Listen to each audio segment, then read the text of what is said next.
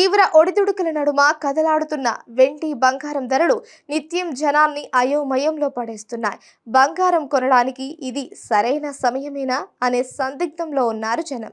ఈ పరిస్థితుల నడుమ నేటి రేట్లు కాస్త ఆకర్షిస్తున్నాయి. విజయవాడ, హైదరాబాద్, విశాఖపట్నం మార్కెట్లో బంగారం ధరలు స్థిరంగా ఉన్నాయి. నిన్నటితో పోల్చితే బంగారం రేటులో ఎలాంటి మార్పు లేదు.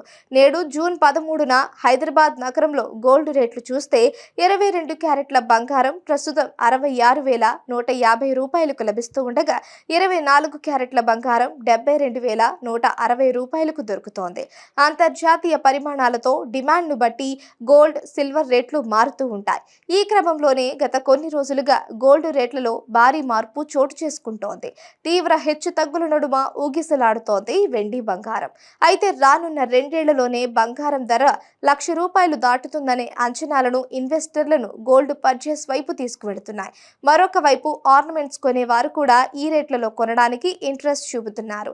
ఇప్పుడు మిస్ అయితే గోల్డ్ రేటు మళ్ళీ అందకుండా పోతుందేమో అని భావిస్తున్నారు. బంగారం కొనే ముందు కొన్ని జాగ్రత్తలు తీసుకోకుంటే మోసపోయే ప్రమాదం ఉందని విశ్లేషకులు చెబుతున్నారు. బంగారం స్వచ్ఛతతో పాటు మేకింగ్ ఛార్జీలపై పూర్తి అవగాహన ఉండాలి. మేకింగ్ ఛార్జీల పేరుతో కూడా మోసం జరిగే అవకాశాలు ఉన్నాయని గమనించాలి.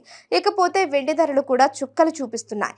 ఒకానొక దశలో ₹1,00,000 మార్క్ దాటేసి ఆల్ టైమ్ హైకి చేరుకున్న వెండి అక్కడి నుంచి ₹4,000 పైగా డౌన్ అయ్యింది. నిన్నటితో పోల్చితే వెండి కిలోకు ₹600 తగ్గింది. ప్రస్తుతం హైదరాబాద్లో కిలో వెండి రేటు ₹95,200 ఉంది. ఈ రేటు కూడా జనాన్ని బాగా అట్రాక్ట్ చేస్తోంది.